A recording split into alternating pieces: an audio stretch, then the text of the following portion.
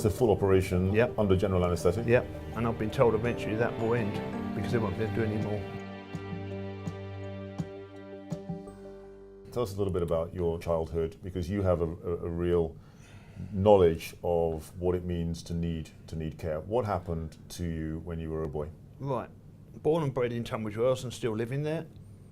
When I was about 10, I started to get a slight problem, let's just say bleeding from an area that shouldn't be bleeding from, and I can still remember the date, 22nd of February 1978, I went into hospital and exploratory was done, and over the next 7 years things started to show that there was a problem, and then one day I went in for a scan in July 85. So how old at this point? I'm 18. I was 11 when the first exploratory was done, and they took a look at the scan and thought I'd only got one kidney because the right kidney was so enlarged that it was taking over the left one. And the following week they'd done the operation and they found 4.5 litres of fluid trapped. And when they'd done scans, the right kidney covers further than an X-ray, bigger than an X-ray screen, and the bladders just doesn't work because it's damaged by the retention over the years. So that was at the age of 18. Yep. So this is life-changing. Yep. And for the rest of your life? I have to live to a routine to ensure that I don't exacerbate the damage. I know you have to have operations every 5 months to ensure. That's the only thing they can do is just to literally keep me alive, because it's just to clear what they call strictures every so often. From what my medical procedures, I do call strictures, and so it just clears it, and so it's just a roll on, roll on. And it's a full operation. Yep. Under general anaesthetic? Yep, and I've been told eventually that will end because they won't be able to do any more. For now, it's working. At the moment, yeah. But it means that you need to go into hospital for a few days. A day. For a day, once every 5 months. How do you get to 5 months. hospital? What happens? What's the home situation like that makes that possible? Because Jen's, my wife Jenny, is able to help, she's had to adjust her hours. She's able to, she has to now take annual leave for the company she works for, so she can ensure that we have to be there by 7 o'clock in the morning for my operation, and then and that way it also ensures that she's able to accompany me. So what difficulties has that caused over the years, this need to take you to the hospital every couple of times a year for a day? In Jen's previous department, she had to literally say, she used to start say 5 in the morning, she'd work 5 till 1, and then if I got to the hospital the next day, she'd have to say go back at 9 o'clock that night and ensure that she worked overnight to ensure that her hours were done before she could take me to London. So she was up at one time at 42 hours in straight run. 42 hours because she was having to work and visit me in hospital because I was staying in then, and then coming home and make sure everything was covered for the next day. But then eventually she runs out of annual leave to take, presumably. And in the end she had a breakdown because the strain got too much. So what sort of strain has this put on your life and on Jen's life? I feel a burden because I just feel it's my fault that this has happened, and with Jen's diabetic as well, it's put strains on her health as well, and it just seems to be that something needs to change because how many others are going through this situation? Can you tell us a little bit about the impact that this had on your situation had on your early life, so your schooling? Because between 11 and 18, you're having, you know all is not well, and you're having some exploratory tests done. But what's happening from a school perspective? From a school perspective, I admit my academic qualifications weren't exactly exemplary, but it was just at the point where not only was I bullied at school, but I also used to face ridicule because I had to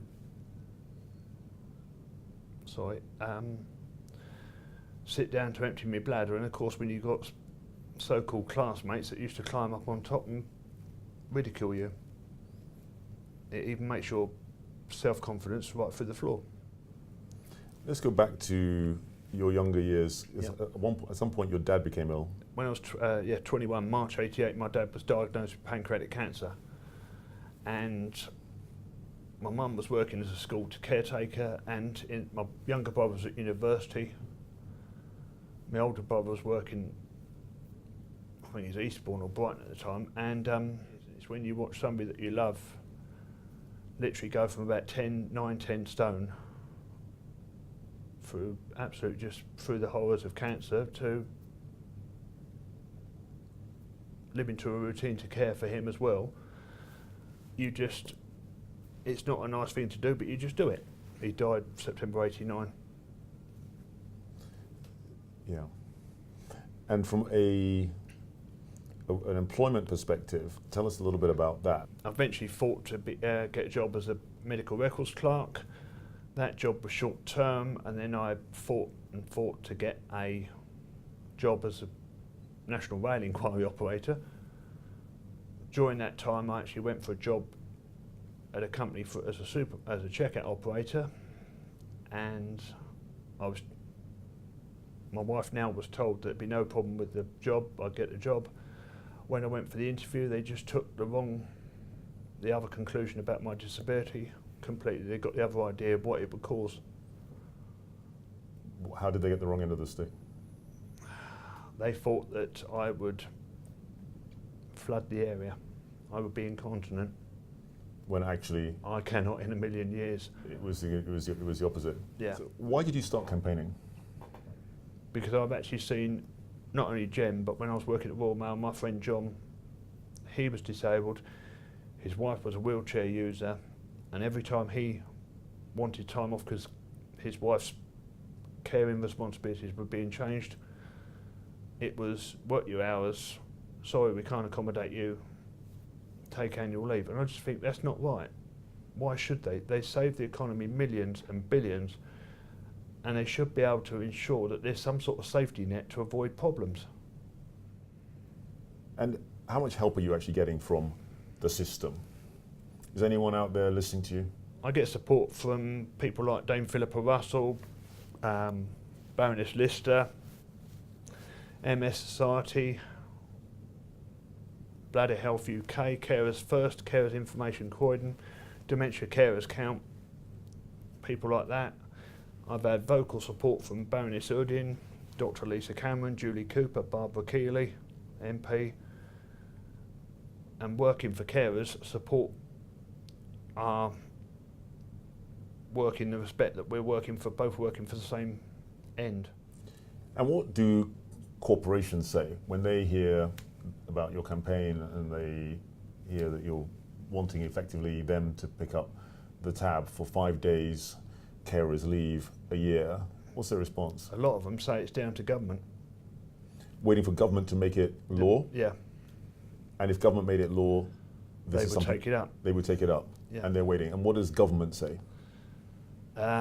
Government, I understand, the Department of Business, Energy and Industrial Strategy got a working group on it, and government say that they want businesses to take up the rein on it. So it's a bit of So it's somewhere caught...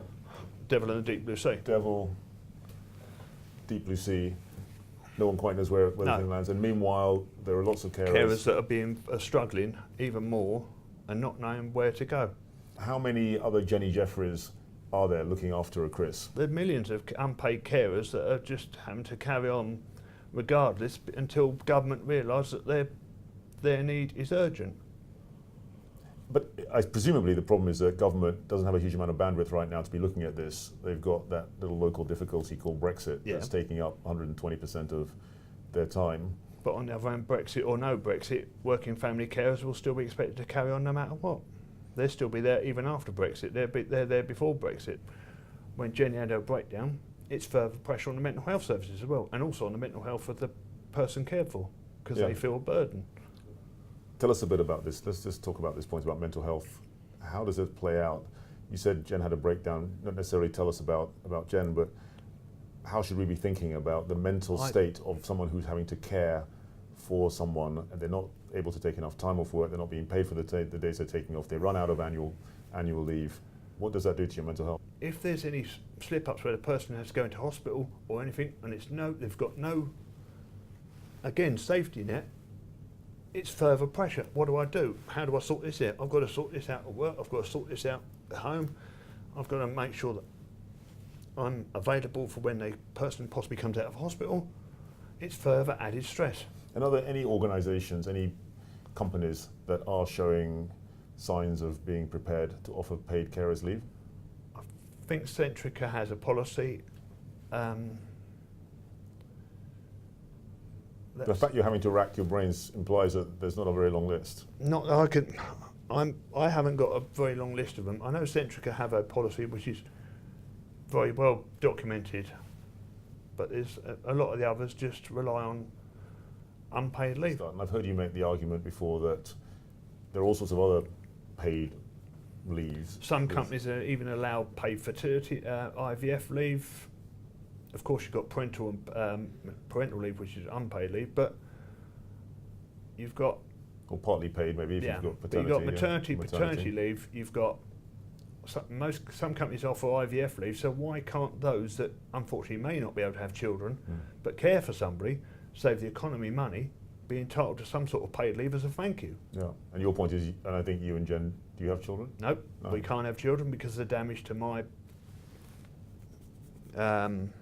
system, as it were, and unfortunately Jen can't carry for more than, I think it's 6 weeks. And your point is, well, we live in an equal society, so why shouldn't it be that if you can't have children, you are still helping the economy and helping the country by caring for somebody, which should be seen as an equal thank you. And how committed are you to seeing this through? I'll be doing it till my days are end. What would it mean to you to get this one day, to be able to see this as a thing, and 5 days paid carers leave is actually on the statute books and companies are giving it to anyone who needs it? I probably wouldn't believe it at first, but I'll probably burst into tears, but I just wish my dad was about, because I know he would have been proud.